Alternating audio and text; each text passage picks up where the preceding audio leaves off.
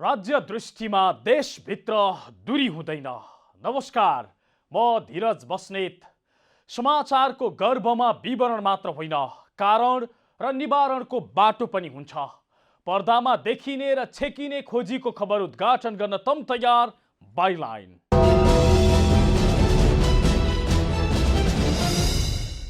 दर्शकबिन, गरिब र बेरोजगारको बाध्यता बेच्न थापिएको पसल हो मेन पावर कम्पनी। यसो भन्दा धेरैलाई नमिठो लाग्न सक्छ, तर यो सत्य हो कि मेन पावर व्यवसायी आजकल मान्छे बेच्ने दलाल जस्तो बन्दै गएका छन्। उनीहरू पैसा पाए जे पनि गरिदिने र पैसाका लागि नेपालीलाई लगेर जहाँ पनि अलपत्र बनाइदिने गर्दै आएका छन्। अझै एक कदम अघि बढेर भनौँ, बेच्दै आएका छन्। फलानो देशमा फलानो कामका लागि राम्रो तलब सुविधा सहितको डिमान्ड आएको छ भन्ने, लाखौं असुल्ने र परदेशमा लगेर नेपाली युवालाई अलपत्र बनाउने काम यी मेन पावर व्यवसायीले गर्दै आएका छन्। र यो महामारीका बेलामा पनि उनीहरूले यस्तो धन्दा चलाउन सुरु गरेका छन्।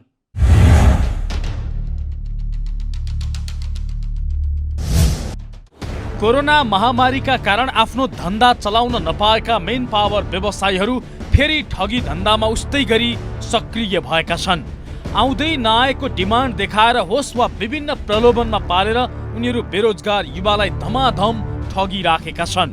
कतार प्रहरीमा जागिर लगाइदिने भन्दै केही मेन पावर कम्पनीहरूले प्रति व्यक्ति 8 देखि 12 लाख रुपियाँसम्म युवाहरूसँग असुलेको भेटिएको छ।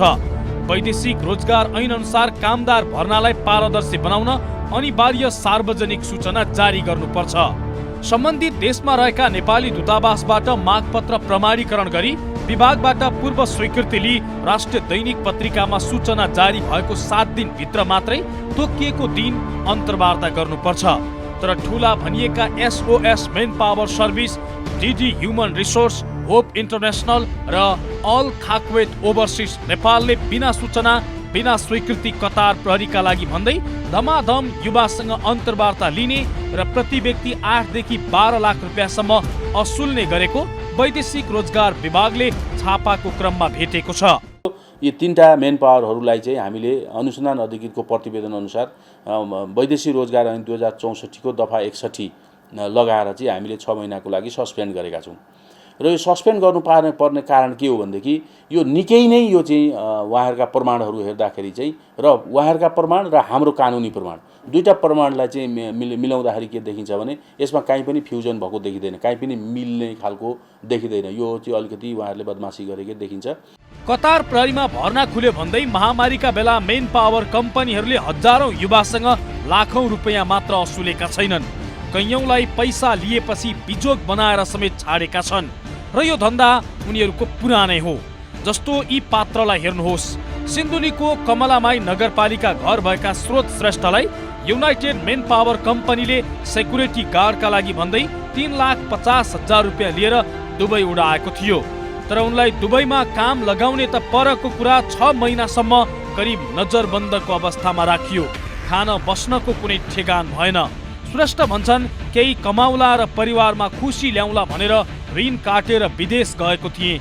मेन पावर कम्पनीले पैसा नि खायो, जीवन नि झन्डै सकिदियो। मेन पावर भनेपछि युनाइटेड मेन पावर हो हैन, चप्पल कारखानामा स्थित छ अझै पनि हैन।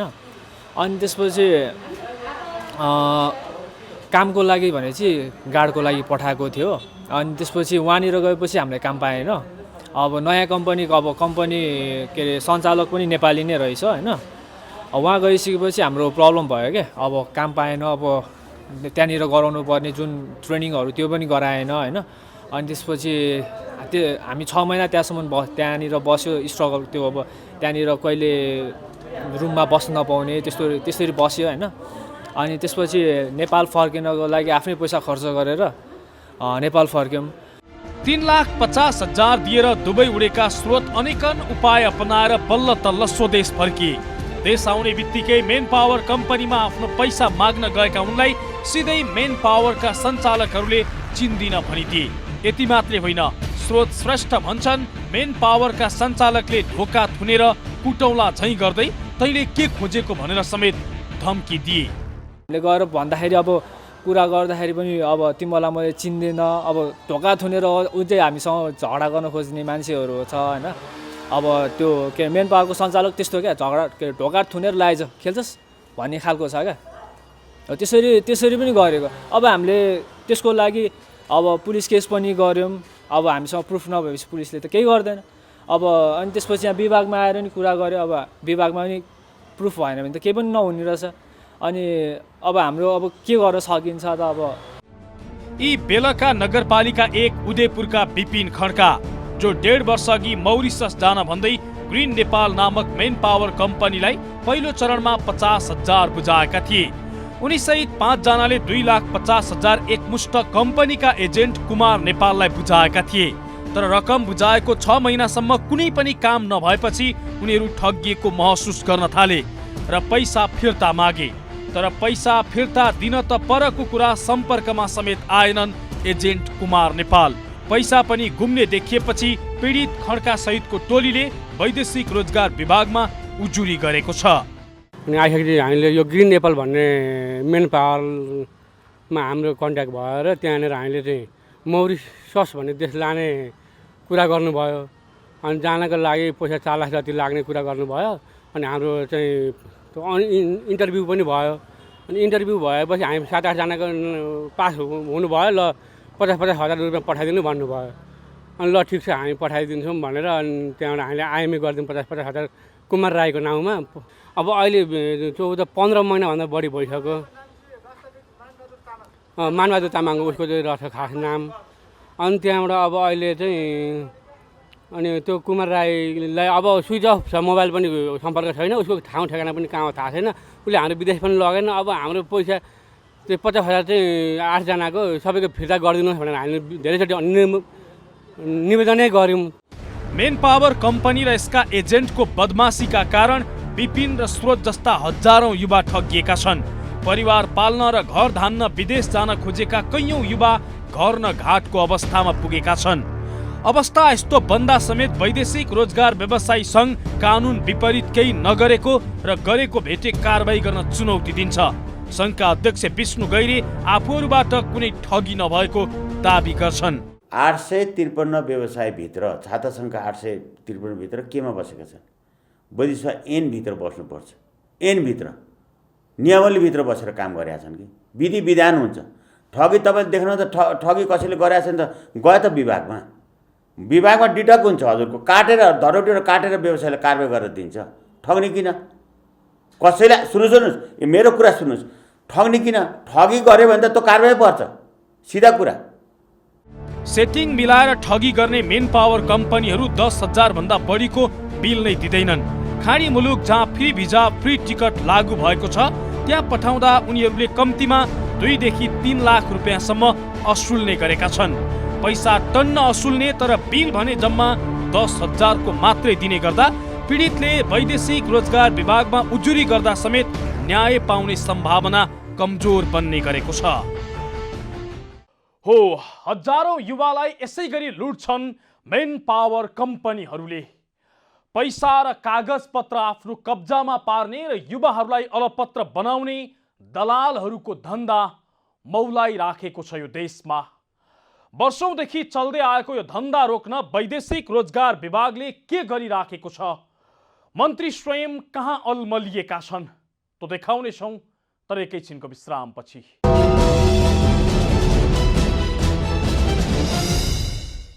दर्शकबिन, आज हामी बाइलाइनमा फेरि ठगी धन्दामा मेन पावर व्यवसायीहरू सक्रिय भएको विषयमा चर्चा गरिराखेका छौँ।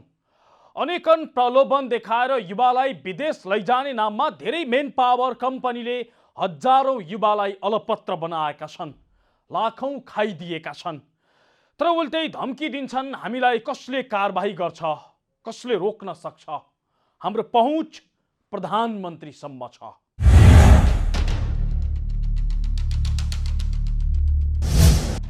नेपालमा म्यान पावर व्यवसायीहरूको दादागिरी यसरी मौलाएको छ कि राज्यले समेत ठाडो चुनौती दिँदै नियम कानुनको समेत धज्जी उडाइरहेका छन्। कोरोना महामारीको कारण वैदेशिक रोजगारीको केही समय थलिएपछि यति बेला म्यान पावर व्यवसायीहरू कसरी पैसा कमाउने भन्दै नयाँ नयाँ जुक्ति निकालेर कमाउ धन्दामा लागिरहेका छन्। अहिले मेन पावर कम्पनीहरूले विदेशी मुलुकबाट डिमान्ड नै नआए पनि पुराना डिमान्डलाई देखाएर व्यक्तिहरूसँग लाखौं रकम उठाइरहेका छन्, जुन कुरा केही दिन अघि वैदेशिक रोजगार विभागबाट गरेको अनुगमनबाट पुष्टि भइसकेको छ। अनुगमनका क्रममा लाजिमबाट स्थित होम इन्टरनेसनल मेन पावरका कर्मचारीले विभागबाट खटेका अनुगमन टोलीमाथि नै आक्रमण गरेका थिए। काठमाडौँको गौरीघाटमा रहेको डिडी ह्युमन रिसोर्स मेन पावरमा पनि विभागले छापा मारेको थियो। उक्त मेन पावरले कतारबाट कतार प्रहरीमा डिमान्ड आएको भन्दै डिमान्ड नै नआई दर्जनौं युवासँग पासपोर्ट सङ्कलन गरी रकम समेत उठाएको भेटिएको थियो। मेन पावर कम्पनीहरूको दादागिरी यतिमा मात्रै सीमित छैन। विभागबाट गएको अनुगमन टोलीमाथि हातपात र प्रधानमन्त्रीसम्म आफ्नो पहुँच रहेको भन्दै सके जति गर्न धम्की समेत दिने गरेका छन्। एउटा मात्रै यस्तो विभाग छ, यस्तो मन्त्रालय छ जुन व्यवसाय र मन्त्रालय पटक्कै मिल्दैन। डराएर के एउटा डन र के अरे न्युयोर्कको के अरे रिलेसन छ। डनै सबै भयो दिने विषय के हो त? होइन भने के हिजो छ, म आज भन्दैछु तपाईँसँग, हिजो पनि छ, आज पनि छ, तपाईँलाई देखाएँ, मसँग प्रश्न पनि छ। यो गरेपछि यो पनि चिज राख्छु तपाईँलाई। आज भोलि म प्रेस कन्फरेन्स गर्छु ल, तपाईँहरू कसरी गर्नुहुँदैछ म उच्च प्रधानमन्त्री कार्यालयमा लिएर हामीले गर्नु भने हामी बनाउनु भने हामी कहाँबाट आएको म त्यस्तो दर्जाको नागरिक जस्तो हामीलाई पनि थाहा हुँदैन सर। अनि थाहा हुँदैन त मतलब भने त थाहा तपाईँले एउटै संस्थाबाट आउँछ, एकै ठाउँबाट आउँछ, फेर गर्न आएको के चाहियो, कति पैसा चाहियो, कति चाहियो, को नाममा आएको। यति मात्रै होइन, अनुगमनमा सँगै गएका संसारकर्मीहरूलाई समेत क्यामेरा बन्द गर्न धम्की दिन्छन् मेन पावर व्यवसायीहरू। केही दिन अघि विभागको टोलीसँगै पुगेको जनता टेलिभिजनलाई समेत दृश्य नखिच्न धम्की दिएका थिए मेन पावर व्यवसायीले। तपाईँ एकछिन के क्यामेरा लिनुहोस् अनि एकछिन सायद म तपाईँलाई के दिनु सक्छु। उक्त अनुगमनपछि विभागले ती विवादित मेन पावरहरूलाई 6 महिनाको लागि श्रम स्वीकृति दिन बन्द गरेको छ। यसअघि पनि अनाधिकृत काम गर्ने मेन पावरहरू जसले राज्यको नीति नियम विपरीत काम गरेर वैदेशिक रोजगारीका नाममा ठगी र असुली धन्दा चलाइरहेका छन्, ती मेन पावर कम्पनीहरूलाई बन्द समेत गरिसकेको छ। भनेपछि के देखिन्छ यसले भने दिनदिनै ठगीका उजुरीहरू पनि त्यसरी नै बढिराखेका छन् र पछिल्लो घटनाले के पटाक्षेप गरेको छ भने वास्तवमा वैदेशिक रोजगारमा निकै ठुलो ठगी छ र वैदेशिक रोजगारभित्र चाहिँ कानुनको उल्लङ्घन गर्ने र अनधिकृत तरिकाले चाहिँ देशभित्र काम गर्ने बिचौलियाहरू जसलाई हामी संस्थागत रूपमा उहाँहरूलाई हामीले इज्जत मान मर्यादा त गर्नै पर्छ, तर जसरी असंस्थागत रूपमा यदि उहाँहरू काम गर्नुहुन्छ भने उहाँहरूलाई हामी बिचौलिया भन्छौँ। त्यस कारणले यस्ता बिचौलियाहरूको निकै नै ठुलो प्रभाव चाहिँ यहाँनिर परेको देखिन्छ। नेपालमा अहिले 854वटा मेन पावर कम्पनीहरू सक्रिय छन्। उनीहरूले वर्षेनी 100 युवाहरूलाई वैदेशिक रोजगारीको लागि विभिन्न मुलुक पठाउँदै आएका छन्। जति युवाहरू वैदेशिक रोजगारीमा जाने क्रम बढेको छ, मेन पावर कम्पनीहरूबाट हुने ठगी पनि त्यही अनुपातमा बढ्दै गइरहेको छ। पछिल्लो समय कोरोना महामारीबाट आफ्नो व्यवसायमा केही धक्का लागेपछि यति बेला मेन पावर व्यवसायीहरू एकैपटक करोडौं रकम उठाउने धन्दामा सक्रिय छन्। तर विभागले पनि नियम विपरीत काम गर्ने मेन पावर कम्पनीहरूमाथि अनुगमन र कारबाही बढाउँदै लगेको छ। जायज ढङ्गबाट कानुनलाई हातमा लिएर काम गर्ने अनि त्यसपछि हामीले हस्तक्षेप गरौँ भनेदेखि के यो देशमा कानुन छैन र भने यो देशमा ल एन्ड अर्डर छैन, सिस्टम छैन। हामीले किन उहाँहरूले यति हतार गर्नु पर्यो? विभाग छ, मन्त्रालय छ, हामी चाहिँ संरचना त छँदैछ। उहाँहरूले आएर चाहिँ नीतिगत रूपमा चाहिँ आफू काम लिएर आएका कुराहरूलाई त हामीले केही पनि अड्काउँदैनौँ। त्यसले गर्दा के देखिन्छ भने यो उहाँहरूको चाहिँ यो भनौँ एक प्रकारले दादागिरी भन्छ क्या, यसमा यो बढेर गएको मात्रै हो, यो झपक्क बलेको बत्ती हो, यो सधैँभरि स्थिर पनि हुँदैन। मेन पावरले के गरेको छ भने यहाँ सेकेन्डरी मिडिएटर राखेर पैसा उठाइराखेको देखिन्छ क्या। होइन, म सबैलाई भन्दिनँ, उहाँहरू सबै मेन पावरहरू यस्तो हुनुहुन्न, कोही त अत्यन्तै राम्रो सज्जन पनि हुनुहुन्छ। मैले जसले गल्ती गर्छ त्यसलाई भनिराखेको छु है। मेन पावरको नामै लिएर आउनु भएको थियो यो फलानु मेन पावर हो भनेर, तर मैले चाहिँ माथि आइटीबाट त्यो प्रिन्ट निकाल्दाखेरि त्यो मेन पावरमा अर्कै नाम छ, तर त्यही मेन पावरको आइडी कार्ड बनाएर पैसा उठाइराखेको देखिन्छ। भनेदेखि यसले यो चरम एउटा चाहिँ तपाईँको चाहिँ ठग्ने पनि अनेक खालका प्रवृत्तिहरू उहाँहरूमा देखिएको छ। तर हामी कुनै पनि प्रकारलाई, चाहे हामी इन्डिभिजुअल रूपमा होस्, चाहे हामी चाहिँ संस्थागत रूपमा होस्, त्यस्ता निवेदनहरू लिएर हामी कारबाही चाहिँ अगाडि बढाउँछौँ। वैदेशिक रोजगार विभागमा अहिले पनि दैनिक जसो ठगीको उजुरी लिएर युवाहरू धाइरहेका छन्। गत साउन महिना यता मात्रै विभागले त्यस्ता ठगी गर्ने म्यान पावरबाट 7 करोड रुपियाँ बराबरको क्षतिपूर्ति भराएको छ। आर्थिक वर्ष 2076-77 को तथ्याङ्कलाई हेर्दा वैदेशिक रोजगारीमा जानेहरूको संख्या 1,72,266 जना रहेको छ। म्यान पावर कम्पनीहरूले विभिन्न बहानामा ठगी गर्न थालेपछि तत्कालीन श्रम मन्त्री गोकर्ण मिश्रले म्यान पावरहरूको 27 लाख रुपियाँ धरौडीबाट बढाएर 2 करोडदेखि 6 करोडसम्म पुर्याएका थिए। बढेको धरौडी रकमका कारण कम्पनीको संख्या 1350बाट घटेर 854 मा आइपुगेको छ। यी मध्ये पनि हाल 200 म्यान पावर निष्क्रिय रहेको विभागले जनाएको छ। पछिल्लो समय सरकारले नयाँ म्यान पावर कम्पनी दर्तामा कडाई समेत गरेको छ।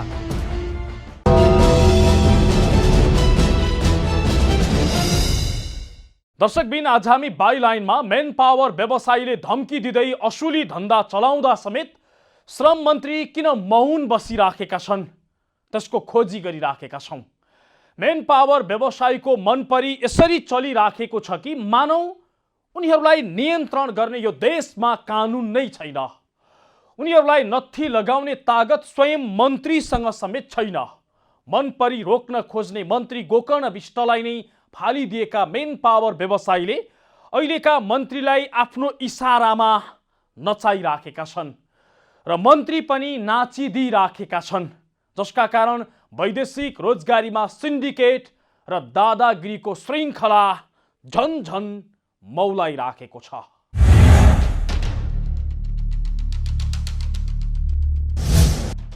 मलेसिया जाने नेपाली कामदारसँग चर्को रकम असुल गरेको र सिन्डिकेट खडा गरेको भन्दै तत्कालीन श्रम मन्त्री गोकर्ण विष्टले 2075 साल जेठ 12 गते मलेसिया रोजगारीमा प्रतिबन्ध लगाइदिए। मलेसिया जानका लागि कामदारले 5 स्थानमा करिब 18,000 रुपैयाँ तिर्नुपर्ने भएपछि तत्कालीन श्रम मन्त्री विष्टले मलेसिया रोजगारीको ढाट हटाउने भन्दै अर्को निर्णय नभएसम्मका लागि मलेसिया रोजगारीमा जानका लागि श्रम स्वीकृति दिने काम बन्द गराइदिए। तत्कालीन समयमा 38 वटा मेडिकल सेन्टरबाट मात्रै मेडिकल गराउन पाइने गरी सिन्डिकेट खडा गरेको, बायोमेट्रिक, VLN, GSG र वान स्टप सेन्टर तथा रजिस्ट्रेसनका नाममा कामदारसँग करिब 18,000 रुपैयाँ असुल गरेको भन्दै सरकारले मलेसिया रोजगारीमा प्रतिबन्ध लगाउँदै मेडिकल सेन्टरहरू, VLN, वान स्टप सेन्टर र GSGलाई ठगीको मुद्दा समेत चलायो। यही प्रकरणले लामो समय मलेसिया रोजगारी रोकियो र अन्ततः 2076 कार्तिक 12 गते मलेसियाका मानव संसाधन मन्त्री एम कुलासेगरन आफै नेपाल आएर कामदार लैजाने समझदारी पत्रमा हस्ताक्षर गरे। जति बेला नेपालबाट कामदार लैजाने सम्बन्धमा दुई देशबीच समझदारी भयो, त्यति बेला उक्त समझदारी पूर्ण रूपमा नेपालको हितमा रहेको थियो र कामदार लैजान लाग्ने हरेक खर्च रोजगारदाताले नै बेहोर्ने तथा पासपोर्ट समेत आफैसँग राख्न पाउने व्यवस्था थियो। त्यति मात्रै होइन, मलेसिया रोजगारीका क्रममा रहेको मेडिकल सेन्टरको सिन्डिकेट खारेज गर्ने र बिस्तारै नयाँ मेडिकल सेन्टरहरूलाई पनि मेडिकल गर्न दिने सम्झौता भएको थियो। जति बेला तत्कालीन मन्त्री गोकर्ण विष्टले यो सम्झौता गराएका थिए, त्यति बेला यो पूर्ण रूपमा नेपाली श्रमिकको पक्ष र म्यान पावर व्यवसायको विपक्षमा थियो, किनभने नेपाली कामदारलाई लाग्ने शुल्कमा 18,000 रुपैयाँ कम पर्न गएको थियो। त्यति मात्रै होइन, पहिले महिनौसम्म तलब नदिने रोजगारदाता कम्पनीले प्रत्येक महिनाको 7 तारिखभित्र श्रमिकको ब्याङ्क खातामै रकम जम्मा गरिदिनु पर्थ्यो। तर मन्त्री विष्टले समझदारी पत्रमा हस्ताक्षर गराएको विषय म्यान पावर व्यवसायका लागि सुखद थिएन, किनभने म्यान पावर व्यवसायले पनि 10,000 सेवा शुल्क बाहेक थप रकम असुल गर्न पाउँदैनथे। त्यसबाहेक मेडिकल सेन्टर, GSG, VLN र वान स्टप सेन्टरका सञ्चालकहरूलाई पनि विष्ट खतराको सूचक थिए। त्यसकारण पनि उनीहरू विष्टलाई कुनै पनि हालतमा हटाउनु पर्छ भन्नेमा थिए। विष्टलाई श्रम मन्त्रीबाट हटाउँदा फाइदा हुने अर्को समूह थियो जो कतार रोजगारीमा सिन्डिकेट गर्न चाहन्थ्यो। त्यति बेला कतार भिसा सेन्टर अर्थात् QVC सञ्चालनका लागि भन्दै श्रम मन्त्रालयमा फाइल पुगेको थियो। तर तत्कालीन श्रम मन्त्री गोकर्ण विष्ट कुनै पनि हालतमा सिन्डिकेट लागू हुन दिनु हुँदैन भन्दै उक्त फाइल सदर गर्ने पक्षमा थिए र मन्त्री विष्टले कतार भिसा सेन्टर स्थापनाको फाइल स्वीकृत नगरिदिएपछि उक्त प्रस्ताव क्षेत्राधिकार मिचेर परराष्ट्र मन्त्रालयमा पुग्यो र परराष्ट्र मन्त्री प्रदीप गेवालीले उक्त फाइल सदर गरिदिए। अनि कतार रोजगारीमा जानका लागि पनि वान डोर सिस्टम भन्दै सिन्डिकेटको सुरुवात भयो। तर क्युभिसीको विषयमा मन्त्री विष्टले असन्तुष्टि जनाएपछि प्रधानमन्त्रीसम्म पहुँच राख्ने म्यान पावर व्यवसायीहरूको समूहले गोकर्ण विष्टलाई हटाउन सबै हतियारको प्रयोग गरे र श्रम मन्त्री गोकर्ण विष्टलाई मन्त्री पदबाट विदा गरियो र रामेश्वर राय यादवलाई श्रम मन्त्रीका रूपमा भित्र्याइयो। म्यान पावर व्यवसायीहरूलाई के थाहा थियो भने यादवलाई मन्त्री बनाउँदा उनीहरूले चाहेको जस्तै काम गर्न सक्नेछन् र व्यवसायको गोटी बन्नेछन्। सिन्डिकेट चलाउन र बचाउन नयाँ मन्त्री यादवले साथ र सहयोग दिनेछन् भन्ने कुरामा उनीहरू विश्वस्त थिए र अहिलेको घटनाक्रमले पनि त्यही पुष्टि गर्दैछ। किनभने अहिले कतार रोजगारीमा सिन्डिकेटको सुरुवात भइसकेको करिब पुष्टि भएको छ। सीमित म्यान पावर कम्पनीहरूले मात्रै कतारमा रोजगारीमा पठाउन पाउने गरी म्यान पावरको छनौट भइसकेको छ। तर यस विषयमा श्रम मन्त्री यादव एक शब्द बोल्न तयार छैन। वैदेशिक रोजगारीमा बढी जाने जिल्ला अर्थात् सर्लाहीबाटै सांसद जितेका र हाल मन्त्री बनेका यादव आफ्नै मतदातामाथि चरम आर्थिक लुट हुँदासम्म चुइक्क बोल्दैनन्। बरु अब बिस्तारै युए भिसा सेन्टर खोल्न दिने तयारीमा छन् र अब बिस्तारै युए भिसा सेन्टर खोल्ने तयारीमा मन्त्रीको साथ रहेको केही व्यवसायीको आरोप छ। मन्त्री जो फेरिए पनि सरकारको नीति एउटै हुनुपर्ने हो, तर यथार्थ त्यस्तो छैन। तत्कालीन श्रम मन्त्री गोकर्ण विष्ट सिन्डिकेटको विरुद्धमा खुलेर लागे। नेपाली श्रमिकको पक्षमा सम्झौता गराउन सफल भए र युवालाई ठग्ने म्यान पावर व्यवसाय तथा सिन्डिकेट धारीको कठालो समाते। तर गोकर्ण विष्टलाई असक्षम देखेर सक्षम ठानेर भित्र्याइएका श्रम मन्त्री रामेश्वर राय यादवले विष्टले खारेज गर्न लागेका सिन्डिकेटको बचाउ गरिरहेका छन्। मलेसिया रोजगारीको स्वास्थ्य परीक्षणमा रहेको सिन्डिकेट हटाउन चाहेका छैनन्। बरु अब कतार, युए लगायतका देशमा सिन्डिकेटको सुरुवात गर्न म्यान पावर व्यवसायको गोटी बनिरहेका छन्। हो, परदेश पठाउने नाममा देशभित्रै युवाहरू ठगिन्छन् र परदेशमा अलपत्र हुन्छन्। तर मन्त्री केही थाहा नपाए जसरी बस्छन्। मेन पावर व्यवसायीकै कारण हजारौं नेपालीको परदेशमा बिचल्ली भएको छ, तर सरकार नदेखे झैँ गर्छ त केवल रेमिट्यान्स गन्ने र त्यसैका कारण देश बचेको छ भन्ने काम मात्रै गर्छ। मान्छे बेच्ने दलाल जस्तै बनेका यी मेन पावर कम्पनीमाथि कारबाही गर्ने कुनै हिम्मत गर्दैन। हौस् त, आजलाई मेन पावर व्यवसायीको मनपरी र मौन बसेका मन्त्रीको प्रसङ्ग यति नै। मुलुकको माटो जहाँ छोए पनि राष्ट्र एकैचोटि जागरुक हुन्छ। यो दूरीविहीन आचरण नै समाचारको मूलधार बाइलाइन अर्थात् जिम्मेवार पत्रकारिता। नमस्कार।